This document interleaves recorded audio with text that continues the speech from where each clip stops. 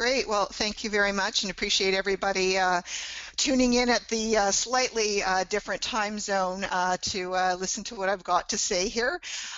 Collaboration is a topic I am quite passionate about. My collaborator and I have been running our own independent qual consulting companies, and over the past 4 years or so since we've started to collaborate, we have gained immense benefits, both emotionally as well as financially, in the health of our companies. So I'm here today to share some of what we have learned through that process.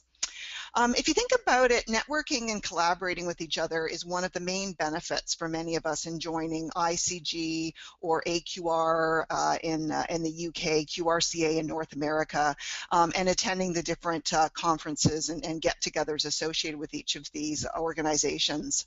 Today I'm going to talk to you about our experiences and some of the best practices that we've uncovered from talking to others about what has also worked or not worked for them as well. When people think about collaboration, they often are thinking about large international projects, and those projects often present an urgent need for collaboration. But what I'm going to be showing you today is that there are many other opportunities to grow your business through successful collaborative efforts. So while this presentation absolutely applies when you are thinking about international projects, it's really a lot broader in terms of focusing on just that. So here's a couple of things that I'm going to be talking about. So first off, is collaboration even right for you? Is it something that you want to be thinking about? What are some of the benefits of collaboration as well as the watch-outs? What do you bring to the table, and what might you seek in someone else? And finally, some tips that can get you started immediately. So as qualitative research consultants, many of us enjoy the benefits of working for ourselves or in small companies, particularly if, like myself, you've worked for larger corporations in the past. It's a really scary thought at first, and then if you're like me, before long, you're really jumping for joy at the thought of, woohoo, I'm my own boss, and that's pretty great. But the flip side, of course, is that you are the whole office now. Where is that colleague to bounce an idea off? Someone to push you to look at a report you've been sweating over, from another angle, or perhaps even provide an extra set of hands when work happens to be overflowing during those crazy times when everything lands on your desk all at the same time, kind of, like around now. Sure, we can reach out to our LinkedIn discussion groups, Twitter, and of course the ICG, but even with all those resources at our disposal, we are still often left wishing for more. I personally felt a real strong sense of professional loneliness and isolation after leaving the firm that I was at to start up my own business. And I really found that I missed a lot of those little things that, having someone for that water cooler chat with, that sort of mental break in the day, I really missed a lot of that as well. So what about the idea of collaborating with another qualitative researcher? It's not the least bit unreasonable to reject this notion straight out of the gate without even giving it a second thought. I mean, who wants to share all their secrets with a stranger who might benefit from all your years of hard work? I'm sure you've all heard the horror stories, or at least thought through some of the scenarios yourself of how this could go wrong. So yes, it is a scary thought, but with a bit of careful planning, however, on all sides, collaboration can actually end up benefiting both parties financially, emotionally, and ideally both. So here are just some of the benefits that my colleague Lila and I have found in collaborating together. So there's some of the obviously more functional or rational benefits that include someone to bounce ideas off of when it comes to developing a proposal or a guide or just some insights for a report. There's sharing larger projects, whether that's co-moderating both online and in person. You can cover off each other's vacations. You can balance off the peaks and valleys. Developing toolkits, sharing resources, all those kinds of functional, rational benefits. But apart from those functional benefits of having a collaborator or a couple of collaborators, there's also many emotional advantages to creating a small network as well. And one of those being, simply just someone to vent frustration to, or perhaps see the flip side of the coin. It can really ease the professional isolation that many of us experience and even give you the confidence and encouragement you need to build your business in ways that you never dreamed possible. So working for yourself obviously is a bit of a double-edged sword. And now that I've shared with you a few of the benefits that my colleague and I discovered when it comes to collaboration, I'm sure you're eager to get started and learn more. I mean, even Malcolm Gladwell would seem to agree. There are exceptional people out there who are capable of starting epidemics. All you have to do is find them. So let me show you how. Chances are you already know at least a few potential collaborators through the ICG or the AQR, conferences, social media vehicles like LinkedIn. I mean, there's a really good chance that you may have already met someone that you felt a good connection with. But what do you do next? I mean, collaboration really isn't something you just jump straight into. The story actually about how my colleague and I met is a pretty cool one. Unfortunately, I don't have the time due to the time constraints of the webinar to really get into it, but I'm more than happy to tell you about it afterwards or offline if anyone's interested. So we've identified 4 steps that we have found to be quite helpful when seeking a potential partner for both one-off projects and for ongoing relationships. As with any endeavor, it's crucial to start with the objectives or goals. So why would it be any different when thinking about approaching collaboration?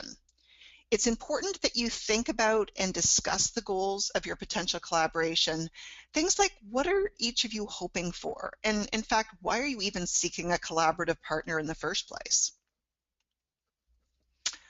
I know that we don't all necessarily have formalized business goals, but I'm sure if asked, most of us could at least identify the direction we are headed in. I mean, do you want a staff of 30 in the next 5 years, or are you simply looking to maintain your current business until you can retire?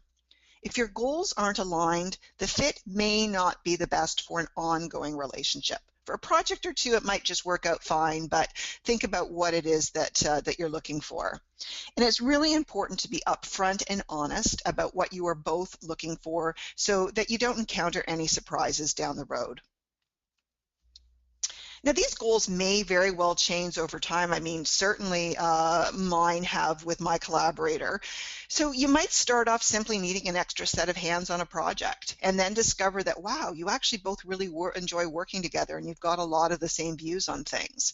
So like with any relationship, communication is key. It's important that you continue the conversation as you begin to work together and start to see the potential for your businesses.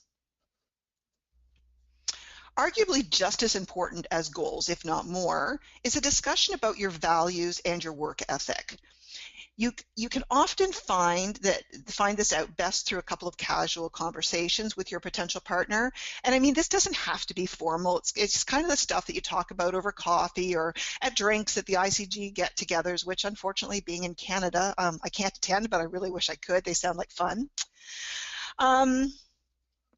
And so when you're thinking about your values, part of this is your work-life philosophy. I mean, are you a 9-to-5 person with strict boundaries on your personal time? Or are you someone who really does whatever it takes to meet your client deadlines? And your time constraints don't have to be the same. I mean, my collaborator has a really young family and I don't. So it can often be complementary. The key is to talk about it and understand what you can each do for each other. I know that Lila, my collaborator, will never leave me high and dry, and nor will I with her.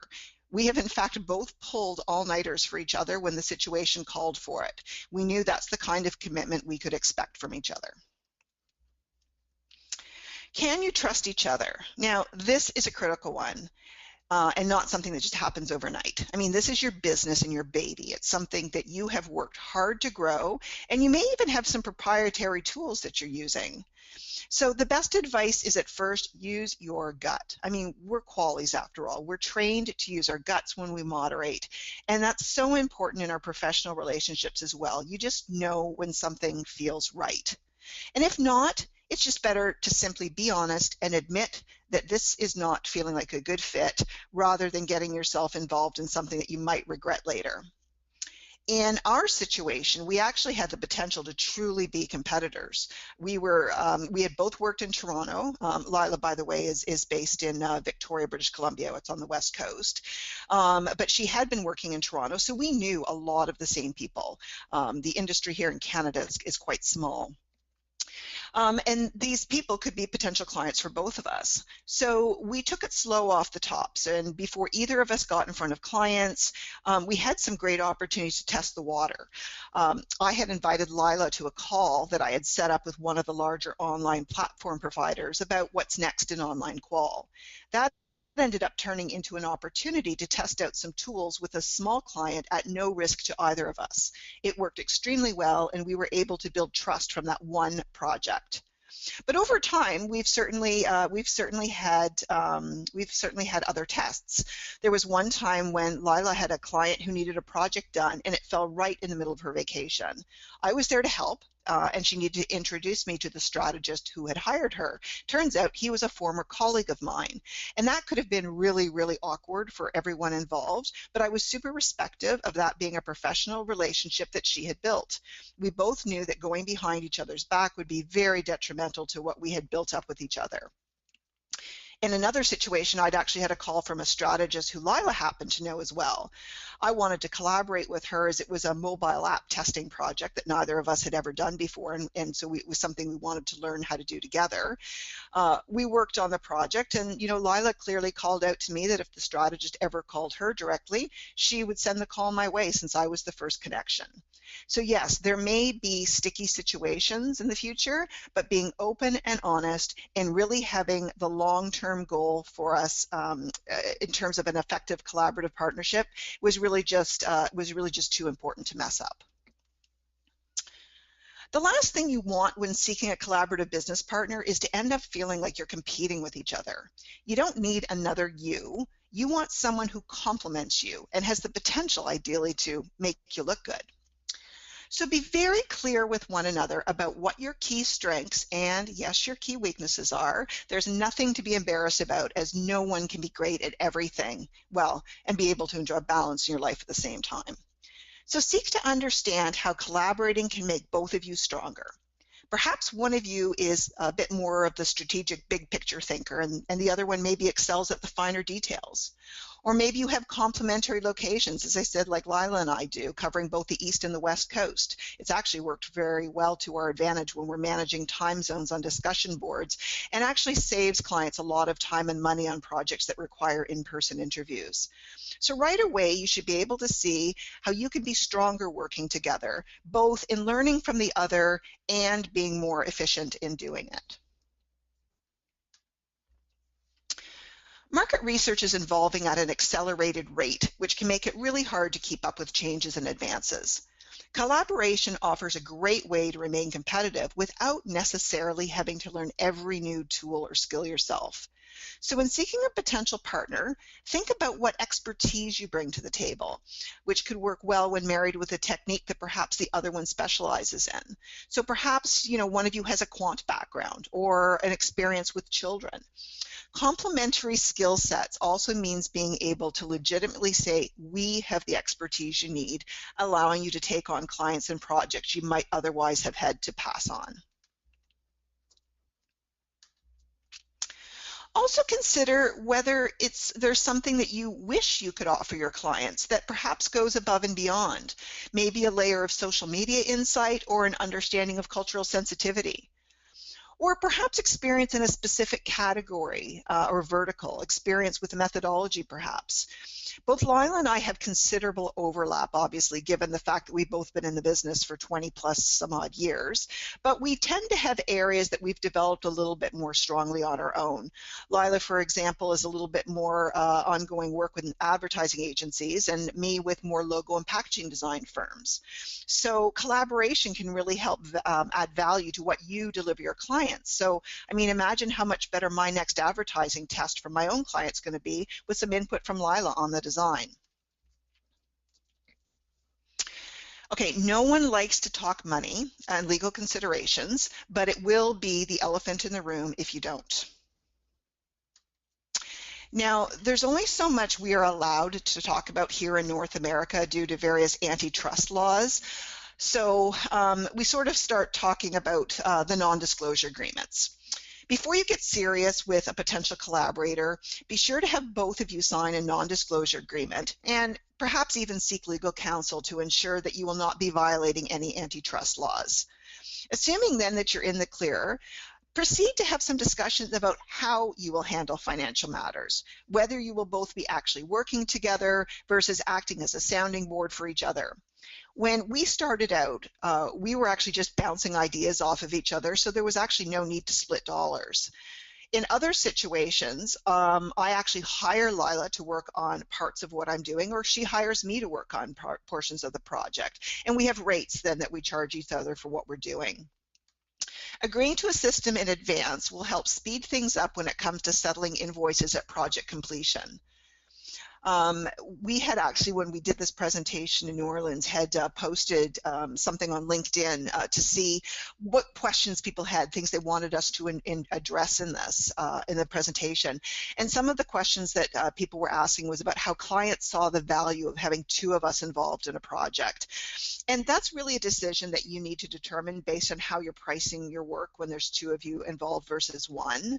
I mean, our collaboration typically comes in the form of online qual, and it's always in the client's advantage to have two of us. For example, we can run two boards with different segments, etc., in the same week when we work together. So we find that we typically end up splitting up the responsibilities in our project. In our case, it just means that the client isn't paying more for having two of us. It just means that we're able to get more done in less time, or we're able to take on more work. So now that you found your partner, what do you do next? Well, you can wait for the right project opportunity to arise before reaching out to someone, but why not consider setting up a time and talk to someone right away? I'm going to now show you some ways that you can collaborate even during downtimes that don't have to actually necessarily involve an actual project. So let's start with an obvious one, technology. Now, I know right now we're using a very professional sharing platform, but Join Me is a free desktop sharing software that makes it super easy to brainstorm a proposal or a report because you can make changes in real time on the screen as you go. In fact, Lila and I used it quite a bit when we were timing out the presentation for the conference in October. Dropbox is another one, or any kind of cloud network that makes it really easy to access shared files with each other. So things like proposal templates, images, activity examples. You can even share calendars to coordinate schedules and resources. Skype chat instant messenger function allows us to have really quick side conversations when we're collaborating during client briefing meetings, virtual presentations, or even attending webinars like this one. We assign roles ahead of time so that one of us is typically leading the discussion while the other one is listening in and taking notes. It's really easy to summarize the mood of the call, address any issues as they arise. So for instance, if Lila's presenting to her client and I'm sensing some confusion, I can simply type in, I don't think they understand that chart, so she can elaborate a little bit more. Or maybe the client, as they always do, want some really specifics about the screening criterion, and she's running the conversation, so I'm flipping through the screener and typing in the answers to chat so she can be adding to the conversation as she goes. We can even make some suggestions. So maybe the client's got some questions or some new objectives, and I might chime in with, well, what if we split the sample, rotated the ads? We can also use it to post reminders of things you don't want to forget, like don't forget to ask them about the timing. We'll often be on Skype chat attending webinars just like this one, and we're chatting because we're hearing things that are triggering ideas, ideas that are leading to brainstorming and potential business building seed planting. And of course, on a daily basis, Skype helps us feel less isolated and like we're part of a bigger office when we take a break. So we might say, check out this YouTube video, or answer provide a quick answer to a question like, are you free to help moderate a board next Tuesday? So technology not only makes us more efficient, but can also help us feel a little less isolated and like we're part of a bigger office. Nowadays, there are so many opportunities to learn, it can sometimes be overwhelming. And this is an area that we have both been very fortunate to benefit greatly from in our collaboration together. So conferences are actually a perfect example of how to divide and conquer. I know it's really fun when you get to a conference and you want to meet up with old friends and meet new friends and attend sessions together. But in fact, what Lila and I try to do is actually separate during the session so that we can attend twice as many topics and then share the learning with each other.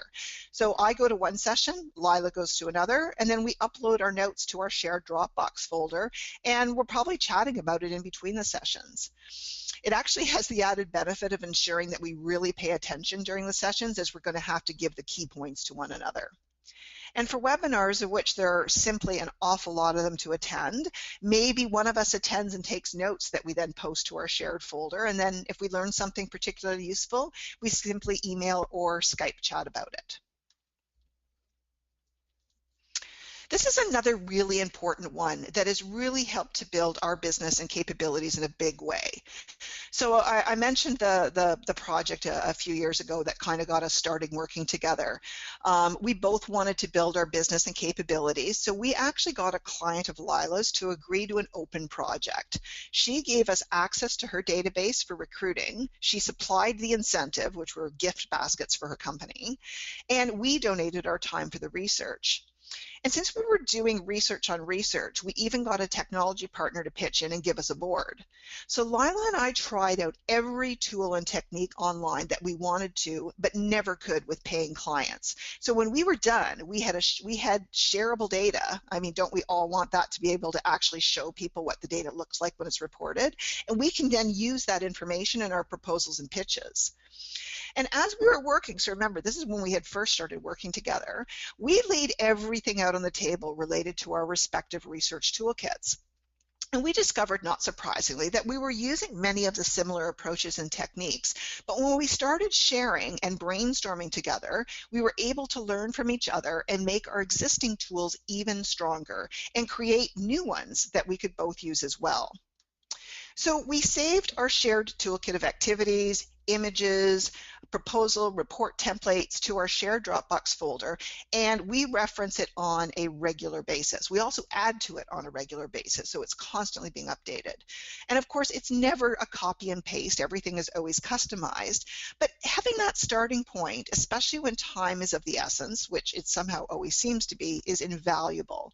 And of course, a quick phone call or email when one of us is working on a proposal or a discussion guide in a new area to find out if the other one has done, has done something similar is also a really great help.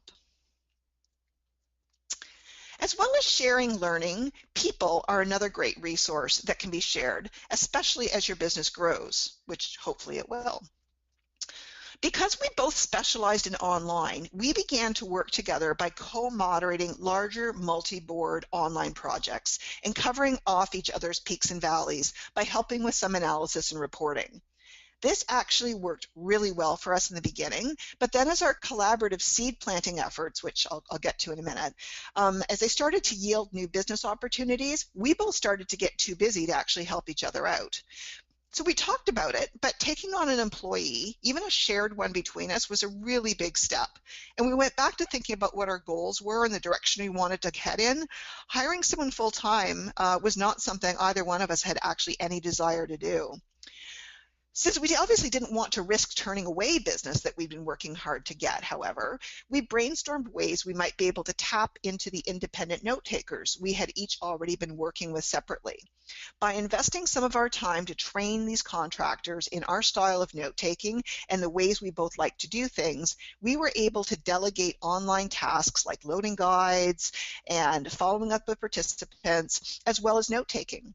But beyond that, we realized that they could also help us with our face-to-face groups. We could get them to coordinate schedules with recruiters, book facilities, pull time and location information together for clients, and even occasionally help us make travel arrangements.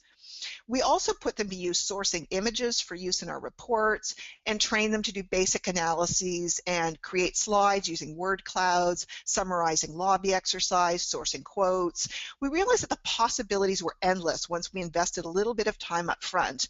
And the more that we could delegate to our trained project managers, the more time we actually had to focus on the areas where we added value to our clients. So freeing up our time also meant being able to take on more projects, which in turn results in more work for our contractors.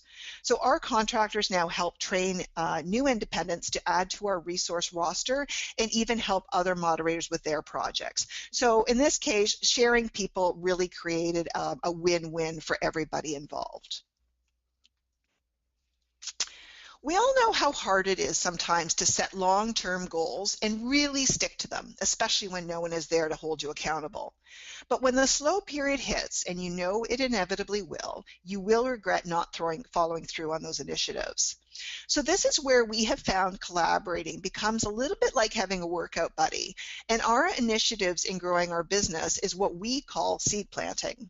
And this is probably the area where Lila and I have benefited the most, both independently and collaboratively. We have each grown our businesses and our joint efforts considerably because of this principle. It's really something we should all be doing, but somehow having that other person there with you makes it so much easier and something that you have to do. Lila and I meet at regular intervals throughout the year, meet via Skype, of course, although occasionally she's come to Toronto because she's still got some family here. And we actually write down and review goals for each of us independently, and we also have some joint goals together. So whether it's getting an article published, starting up a blog, or winning a client in a new industry, having someone to be accountable to and push you forward is invaluable. We actually list the steps we have to take and who is going to be accountable for what and when we're going to be checking back in. So there's nothing more rewarding than looking back after a year and seeing the leads you've developed or new things you've accomplished and the seeds that you planted are starting to sprout. Some of that seed planting involves getting out of your comfort zone, whether it's trying a new technique, speaking at a conference, or approaching a new client. As one of our joint goals when we started collaborating was actually to be seen as experts in the area of online qual, Lyle had actually pushed me to submit a case study for an industry award. We both pushed each other to submit conference proposals and articles for publication. And in fact, those goals got accomplished this year when we had our article published in Views magazine, which then led to our presenting at the QRCA conference in the fall, which has now led to this webinar for you. So all of these stemmed from goals and pushing each other to be able to do this. We had even had, when mobile online tools is the other thing I was going to tell you about, we're still in their infancy. Neither one of us had a lot of experience in that area, so we actually both agreed we'd take on a project so we could learn about that together. So having someone to be accountable to and push you forward is invaluable. Who doesn't need encouragement from time to time? So in this sense, your collaborator becomes more like a workout buddy, enabling you to confidently grow your capabilities and experiences in ways that can ultimately benefit both you and your bottom line. Speak to client ownership. Over time, when you're both comfortable with each other and some of the smaller and with how some of the smaller steps are going with your collaboration, you might decide it's time to let some of your clients know that you have a partner collaborator who works with you from time to time on your projects. That way, when it comes time to take that much needed vacation or you have overlapping projects, you and your clients will rest easy knowing their project is in good hands. So start by doing things like working your partner's name into conversation. So say, a colleague of mine has some great experience with X and could add some real value to this discussion. Or I bounced this idea off a colleague of mine without mentioning your name or specifics, of course, and I think we've come up with an even better approach. So everybody knows that two heads are better than one. And if the client is seen as having access to the best collective thinking available and at no extra cost to them, why would they say no? We agree in advance what role each of us will take in the conversation. So one of us is more client-facing and owning the relationship, and we make that clear to the client. Nothing pleases us more than hearing our client say, the handover was seamless when one of us went on vacation, and that actually did happen. So just to quickly recap, I've talked about 4 things to think about when landing a collaborative partner. So thinking about, do your goals align? In what direction are you going? What do you hope to achieve? Do they share your values? Are there boundaries on your time? Do you trust each other? Does their experience complement yours? What are your respective strengths? Do you have areas of specialization? And how will you deal with the dollars and any legal considerations associated with potentially working together? And then we showed you some ways that you could collaboratively work together without even actually having a project to work on. Things like embracing technology, sharing learning, sharing resources, planting seeds, pushing each other, and introducing each other to clients. So hopefully today I've helped you to understand whether or not collaboration is right for you and given you some things to think about in terms of what to watch out for, what might you seek in a potential partner, and what you might actually bring to the table. Collaboration has greatly enriched my experience as a QRC. My colleague and I have both reaped the benefits of growing our businesses individually and together. And we have also experienced emotional benefits through the highs and lows of our day-to-day operations. So I hope you now feel armed with some ideas to find and work with the right partner. And now I'd really love to hear from you. I'd love to hear what some of your stories are, some of your ideas, what are your thoughts, your concerns, as well as any questions, of course, that you might have of me. And that's it. Thanks very much.